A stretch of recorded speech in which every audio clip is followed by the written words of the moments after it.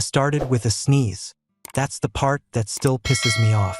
I wasn't looking for proof. I wasn't digging for dirt.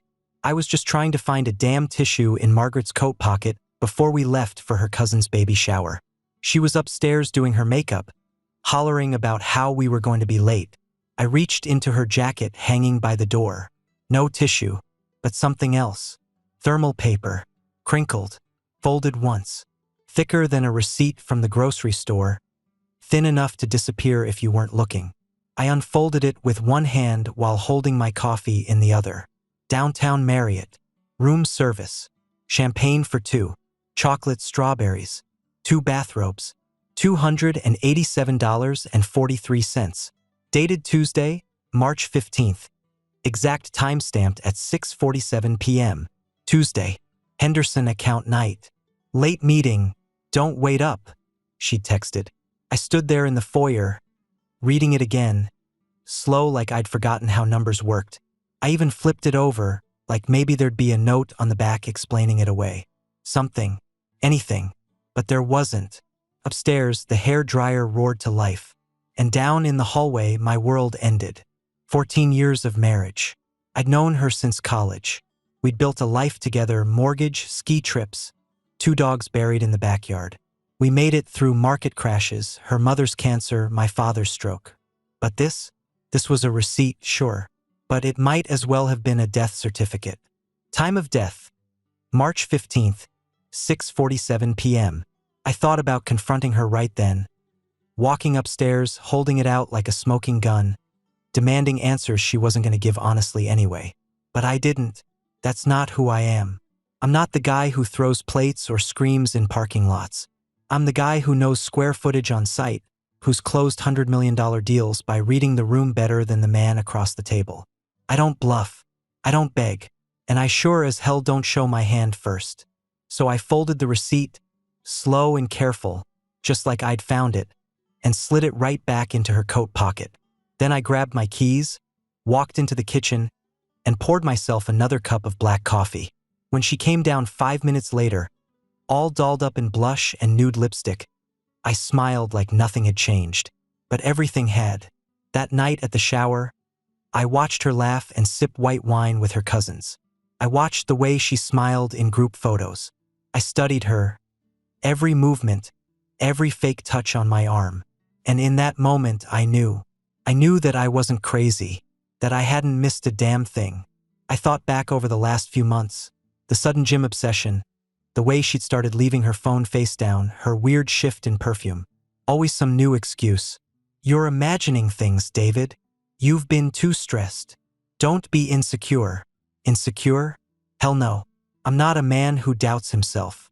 But I am a man who watches patterns. And now I had one. 3 days later, I opened a fresh notebook.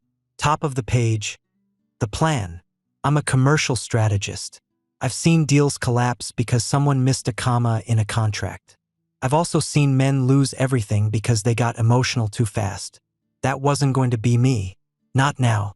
This wasn't about heartbreak. This was about control. Step 1, confirm it's real. Step 2, document everything. Step 3, take back what's mine.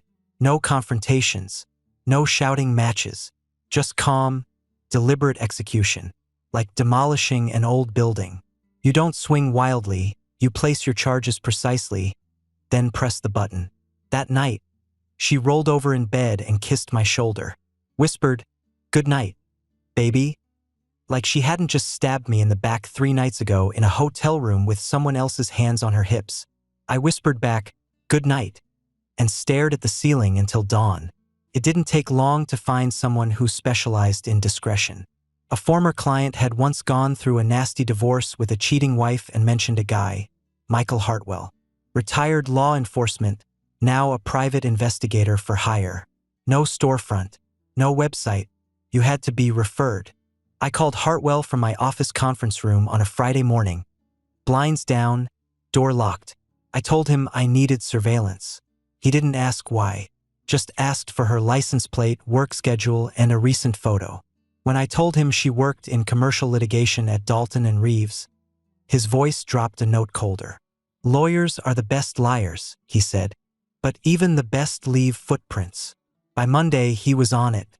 Meanwhile, I started tracking things myself, not just receipts or suspicious texts, but patterns.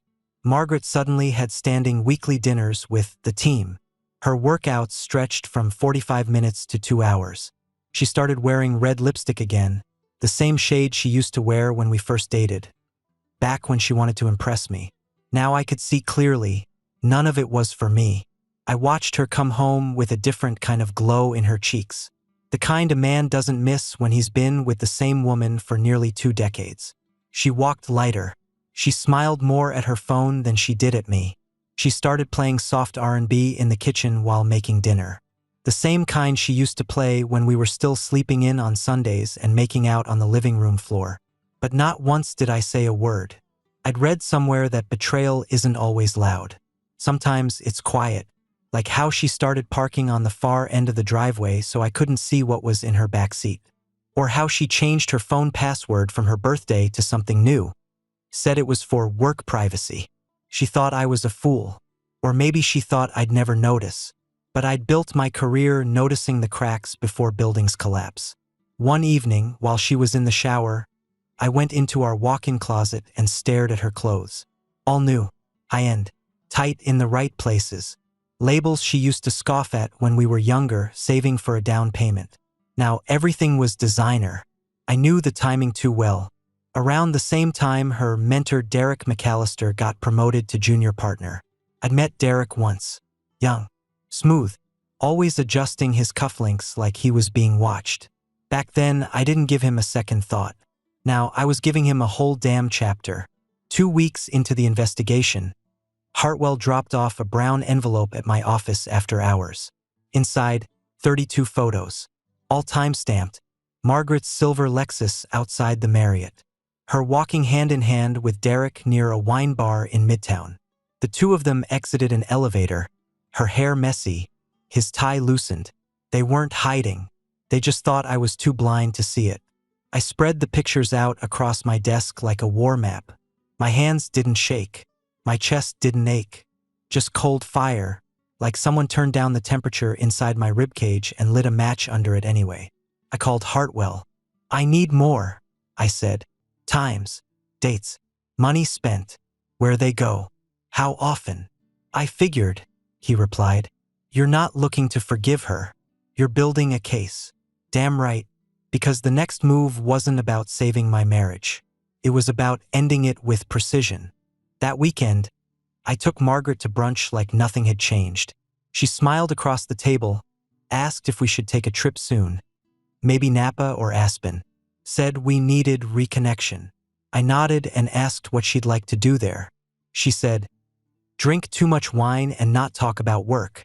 I sipped my black coffee and smiled. She thought I was still in the fog. But I'd already packed my mental bags and stepped into the light. By the 3rd week, the reports from Hartwell didn't just confirm my suspicions.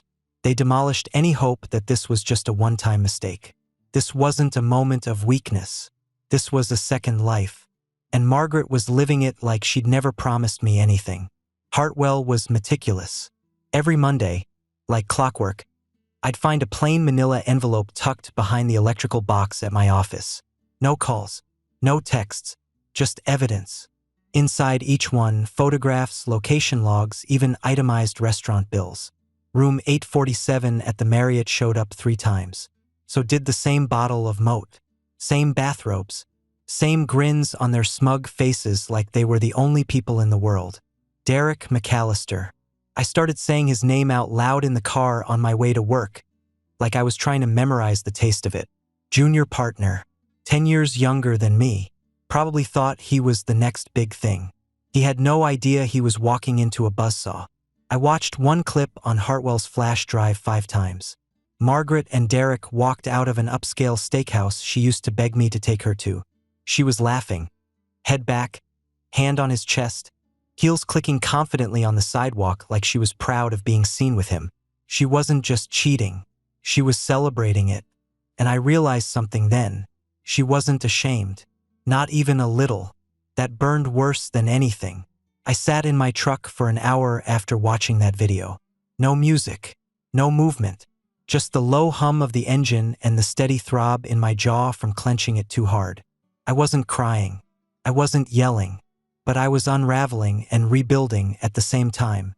When I got home that night, she was already in bed, scrolling through her phone with her back turned to me. "Good day," I asked, voice level. "Exhausting," she sighed. "We're trying to close the Henderson deal before the quarter ends." The Henderson deal. The same lie she'd used the night of that first receipt. I climbed into bed beside her and stared at the ceiling. There was a time when I would have wrapped an arm around her waist without thinking. Now I just stared into the dark, wondering how long she'd been lying to me while breathing the same bedroom air. By the end of the week, I had a full timeline. Monday gym sessions that turned into lunch dates. Wednesday client meetings that ended in wine bars. Thursday late nights at the office that magically aligned with Derek's travel schedule. They weren't even being careful anymore. She thought I was too routine, too checked out to notice. But I was noticing everything. She'd started wearing lingerie again. Lace sets I'd never seen before. Came home once with her hair tousled and a fading red mark on her collarbone she brushed off as a heat rash from spin class. Spin class, my ass. I know what a hickey looks like. And I sure as hell know she hadn't touched a stationary bike in weeks. I printed the reports and filed them in a locked drawer in my home office, labeled Restoration Project. Because that's what this was. Not revenge. Restoration. Of my time, my dignity, my financial future, and my damn peace. I called Hartwell again. "How much do you have?" "More than enough for court," he replied. "Then keep going," I said. "I want the pattern ironclad." "Understood," he said. "This is war, right?" "No," I answered. "This is demolition. I just haven't pressed the button yet." That Friday, she texted me mid-afternoon. "Margaret, working late. Don't wait up." I stared at that little red heart emoji like it was a bullet casing. Then I called Patricia Vance, divorce attorney to the powerful and pissed off. I'd heard her speak at a commercial property conference once. Razor sharp. No nonsense. She answered on the second ring. "This is Patricia. David Brandt," I said. "I need to schedule a consultation. It's high conflict." Her tone shifted immediately. "Adultery? Documented." She paused. "Then I suggest we meet on Monday. Bring everything." I looked across my desk at the photos spread out like playing cards. "Oh, I will," I said. "I've got enough to bury them both." Patricia Vance wore black like it was armor. Black blouse, black slacks, no jewelry, just sharp eyes and sharper instincts. We met in her office on the 12th floor of a steel and glass high-rise downtown. She didn't waste time on small talk, didn't ask how I was feeling, just pointed to the chair across from her desk and said, "Show me what you've got." I laid out the folder labeled Restoration Project. She opened it and skimmed through the timeline first. Then the receipts, the photos, hotel logs, itemized dinner bills, credit card statements, all cross-referenced and date-stamped. She didn't speak for 5 minutes, just nodded slowly, like a sniper lining up a shot. When she finally looked up, her mouth curled slightly at the corner. "This," she said, tapping the file, "is beautiful. You built a timeline stronger than most criminal cases." "I build commercial investment packages for a living," I replied. "Detail is how I win." "Good. You're going to win this." I didn't smile. Winning wasn't the point. Precision was. She pulled out a legal pad and started writing fast, the pen gliding like she'd done this 1,000 times. "You have joint property, joint accounts, and at least 10 documented instances of marital misconduct with clear financial impact. I'm bringing in a forensic accountant. We're going to track every penny she spent on him, dinners, hotels, Uber rides, even lingerie. Every dollar tied to the affair will be counted against her in settlement negotiations." I nodded. "Are you prepared for this to get ugly?" she asked, eyes narrowing. "It already is," I said. She leaned forward. "Then here's the plan. We freeze joint assets quietly. Start shifting liquid holdings to your name legally. 401k, brokerage, side accounts. No sudden moves. No tipping her off. Meanwhile, I'll start preparing your initial petition with adultery as the basis and include an equitable distribution claim weighted heavily in your favor. When we serve her, it'll be too late for her to claw back anything. I asked about spousal support. She laughed once, short, dry. With this kind of documentation, if she tries to ask for anything, we'll countersue for dissipation of marital assets. What about her job? I asked. She works at Dalton and Reeves. They pride themselves on ethics. Patricia's smile was thin and clinical. We'll let that come out naturally in depositions. Adultery between coworkers, especially when one's junior to the other, that doesn't look good in court. Or to managing partners. I sat back, feeling the weight of something shifting. Not revenge. Not yet. Just the slow, clean movement of the blade before it sinks in. What do you want in the end? She asked, setting her pen down. I want my peace, I said, and I want her to know she never had me fooled. Not for a second. She nodded once. We'll file in 30 days. Let her keep thinking she's getting away with it until the hammer drops. That night, I moved methodically. I opened a new bank account, shifted my direct deposit, canceled the secondary credit cards in her name. She never noticed, too busy texting her boy toy under the table while we ate dinner in silence.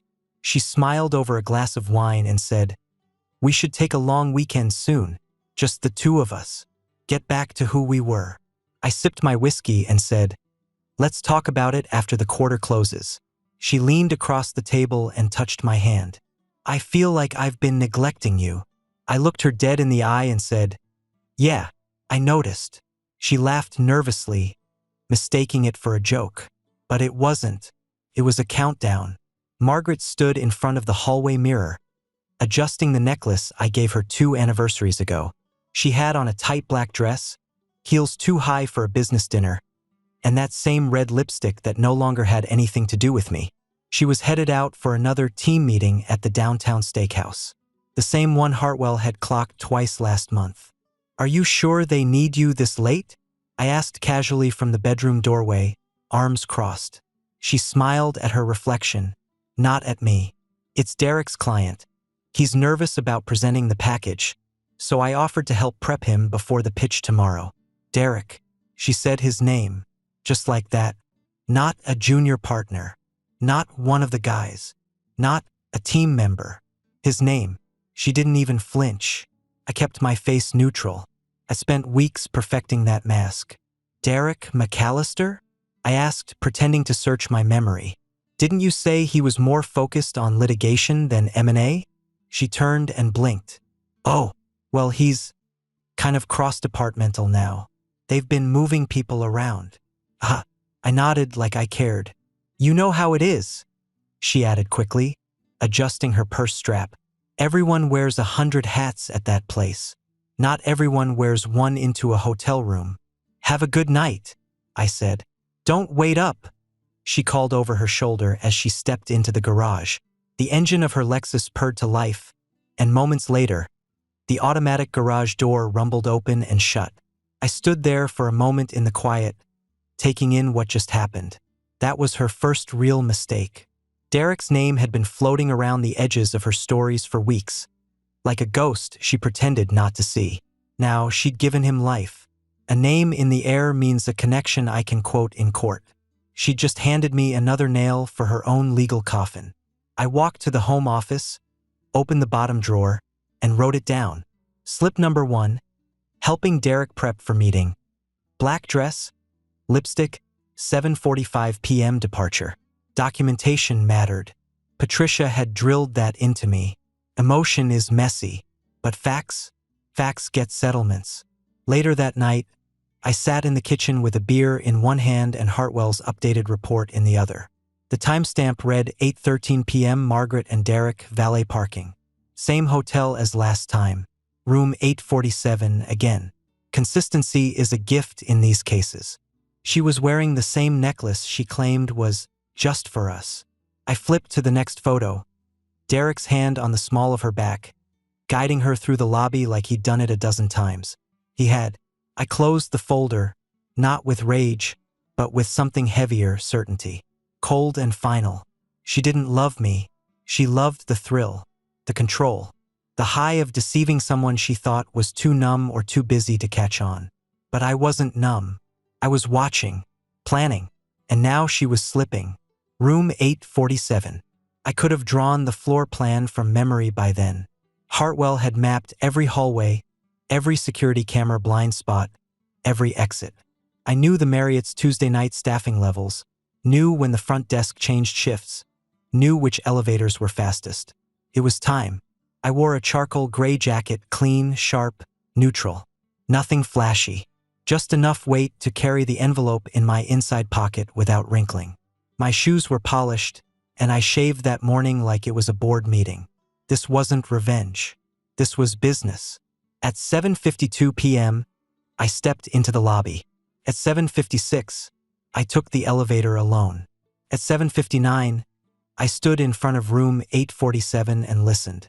Laughter, soft music, clinking of glass. I knocked. Silence. A pause. Then footsteps. The door cracked open. Margaret peeked through, her eyes wide and confused. In that first second, she still wore the mask. The warm, polished woman who always had a smile and an excuse. Then she saw my face. Her expression froze like glass under pressure. David. Hi, Margaret. She opened the door fully, but not wide. Behind her, Derek's voice echoed casually, "Room service already?" Then he appeared, shirtless, hair wet, a hotel towel slung around his neck. The moment his eyes landed on me, he flinched like he'd been slapped. I handed Margaret the manila envelope. Inside, the divorce papers, copies of the photos, expense reports, a letter from Patricia outlining the proposed settlement, and one personal note from me. "You lied for months." I didn't. "This is your only warning shot." She looked down at it without opening it, as if maybe it would dissolve if she stared long enough. I turned my gaze on Derek. He tried to speak. "Don't," I said, calm as steel. "You're not important enough." He shut his mouth like a child scolded at dinner. Margaret's voice came back in a whisper. You know, for 3 months." Her hand trembled as she gripped the envelope. "Why didn't you say anything?" I looked at her like I didn't know her anymore. "Because I wanted you to show me who you really are." Derek took a step forward, then immediately backed up when I didn't move. That moment will live in my head for a long time. Not the confrontation, but the lack of one.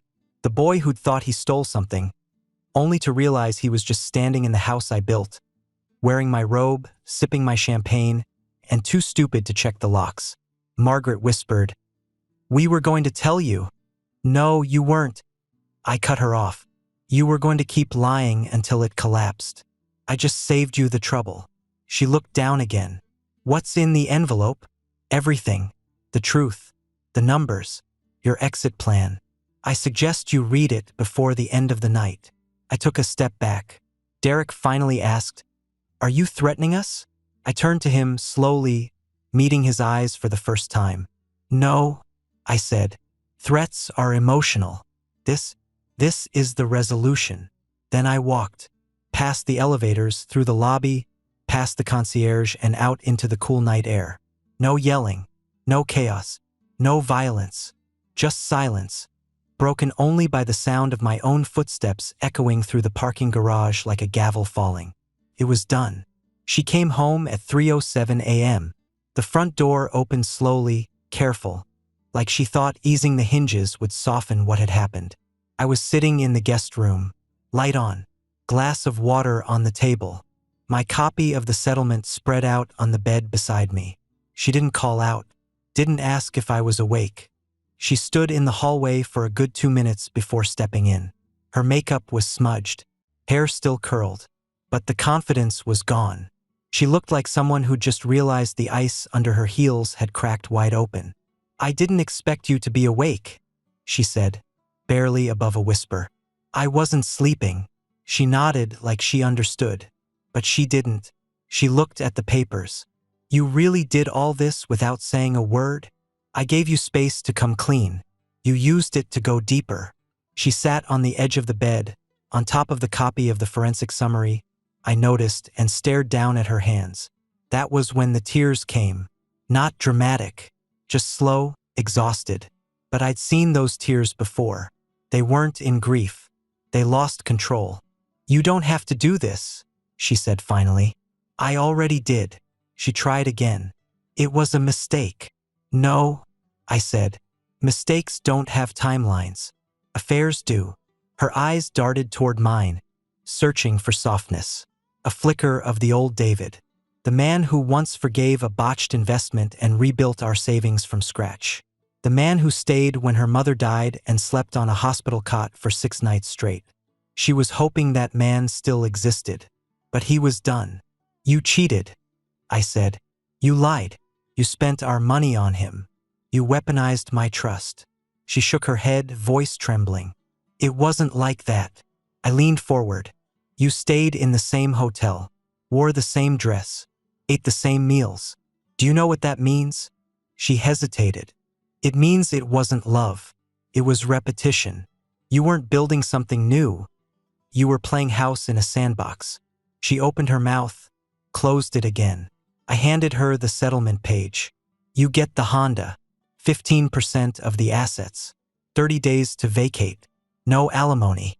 The prenup's holding, and the adultery clause is enforceable." Her hands shook. "What if I contest it?" "You can," I said. "But I have pictures, receipts, testimony, and Patricia Vance." Her face fell at that name. "Derek won't back you in court," I added.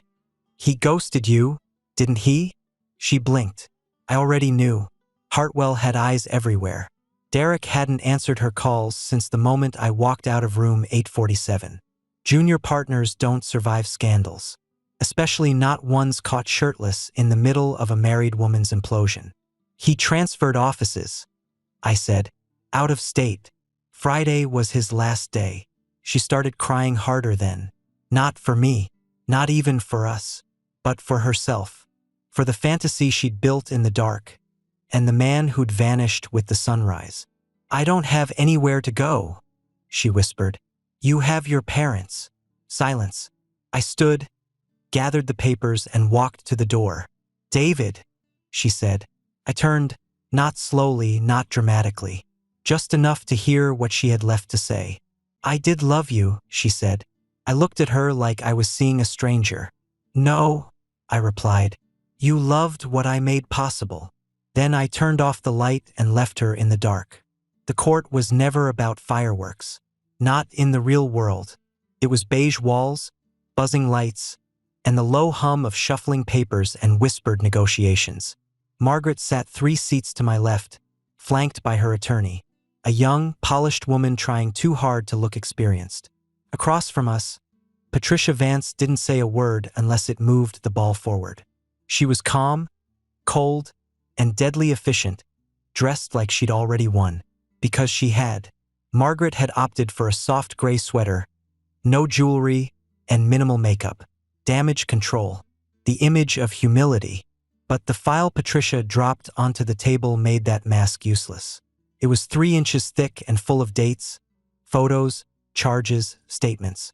Room 847. Steakhouse tabs. Lingerie purchased at Saks with the shared Amex. That bottle of Moat from March 15th. Twice. Every dollar traced, every timestamp corroborated. Margaret's lawyer flipped through it, slower with each page. Her questions got quieter. Her confidence bled out minute by minute. When she finally spoke, it was to challenge the adultery clause in the prenup. Patricia barely looked up. "You'll be disproven under oath in under 5 minutes. Shall I schedule a deposition? Or do you want to resolve this today?" Silence. Margaret didn't meet my eyes. They tried a different angle next, emotional hardship. Margaret's attorney claimed my success had overshadowed her, that she felt unseen, that her indiscretion was the result of long-term neglect. I didn't move. Patricia simply slid the financial timeline across the table. These charges weren't a cry for help. They were bathrobes and strawberries billed to hotel rooms while my client thought she was closing commercial leases. The mediator, an older man with a gut that pressed into the table edge, cleared his throat. "Is there a counterclaim?" Patricia gave a clipped nod.